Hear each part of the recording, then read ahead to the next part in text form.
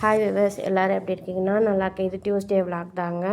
இன்றைக்கி காலையில் 5 மணிக்கெலாம் எழுந்துச்சி சாமியெல்லாம் கும்பிட்டுட்டு மாடிக்கு போய் வாக்கிங் போகலான்னு சொல்லிட்டு மேலே போனப்போ பார்த்திங்கன்னா சன்ரைஸ் ஆகிட்டு இருந்தது. அழகாக இருந்தது பார்க்கவே. அதை கொஞ்சம் நேரம் நின்று பார்த்துட்டு அப்படியே வாக்கிங்லாம் போகலான்னு சொல்லிட்டு தம்பி காலைல டாமி உட்காந்துருந்தார். அவருக்கு ஒரு அட்டனன்ஸை போட்டுட்டு அங்கே பார்த்திங்கன்னா சம்பங்கி பூச்செடி இல்லை இந்த சங்குப்பூச்செடிலாம் வச்சுருக்கேங்க. அதெல்லாம் இப்போ பூ பூத்துருந்தது. காலையில் அது பூத்துருக்கிறத பார்க்கவே அழகாக இருக்கும். அப்படியே அதை கொஞ்சம் நேரம் பார்த்துட்டு அங்கே பார்த்திங்கன்னா சம்பங்கி 2 தான் இருந்தது. காட்டுறேன் இருங்க.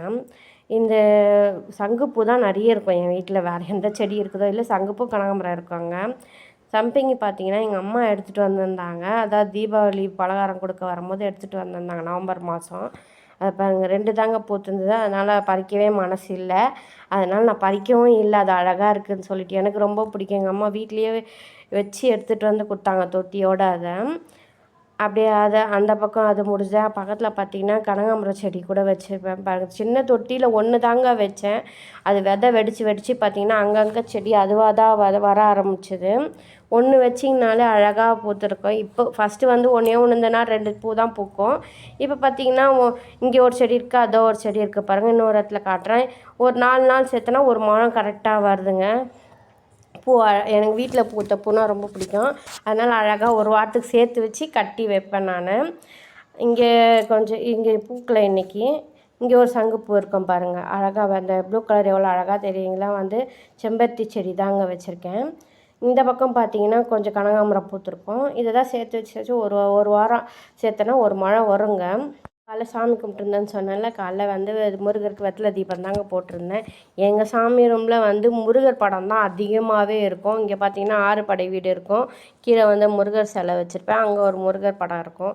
அது என்னவோ தெரிலங்க, நிறைய அதுவாகவே நாங்கள் வாங்கணுன்னு வாங்கலாம். அதுவாகவே அவ்வளோ முருகர் எங்களுக்கு வந்துட்டார். இது வெத்தலை தீபம் கொஞ்ச நாளாக தான் நான் போட்டுக்கிட்டு இருக்கேன். பாருங்கள், காலையில் போட்டாச்சு.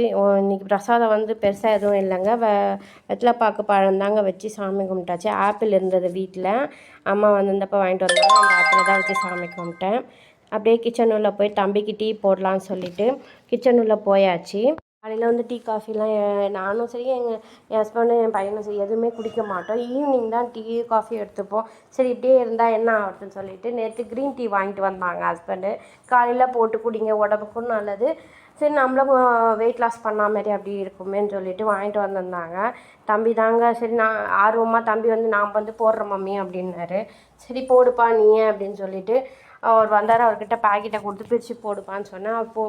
அவர் பிரித்து போட்டுட்டு அந்த கிட்டியில் தண்ணி பிடிச்சி வச்சுருந்தேன். அதையும் எடுத்து ஊற்றிட்டு போட்டு வச்சுட்டு நான் லெமன் மிக்ஸ் பண்ணி குடிக்கிறேன் மம்மி அப்படின்னு சொன்னார். அவர் கடைக்கு போவார் காலையில் பால் வாங்கிட்டு வரதுக்காக. தம்பி தாங்க போய் காலையில் எழுந்து குளித்து முடிச்சுட்டு வீட்டுக்கு பால் வாங்கிட்டு வர்றது அது ஒரு வழக்கமாகவே வச்சுருக்கோம். தம்பி ஒரு வாக்கிங் மாரி போய் வந்த மாதிரி இருக்குன்னு சொல்லிவிட்டு அவர் போட்டு வச்சுட்டு போய் பால் வாங்கிட்டு வர மம்மின்னு கிளம்பிட்டார்.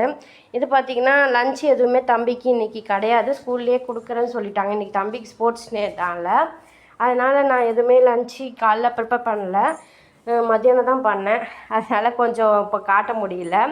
இது பார்த்திங்கன்னா அந்த ஹஸ்பண்ட் ஏதோ ஒரு வீடியோ பார்த்துட்டு கேசரியில் வெல்லம் போட்டு செஞ்சுருந்தாங்க. இதுக்கு என்ன பேருன்னு கூட தெரியாது. ஹஸ்பண்ட் கேட்டாங்கன்னு சொல்லிவிட்டு நானும் ரெடி பண்ணி கொடுத்தேன். 2 பேருமே சாப்பிட்டுட்டு சூப்பராக இருக்குன்னு சொன்னாங்க. ரெசிபியோட பேர் யாருன்னா தெரிஞ்சால் சொல்லுங்கள். இந்த வீடியோ உங்களுக்கு பிடிச்சிருந்தா லைக் பண்ணுங்கள், ஷேர் பண்ணுங்கள், சப்ஸ்கிரைப் பண்ணுங்கள். பாய். அடுத்த வீடியோவில் பார்க்கலாம்.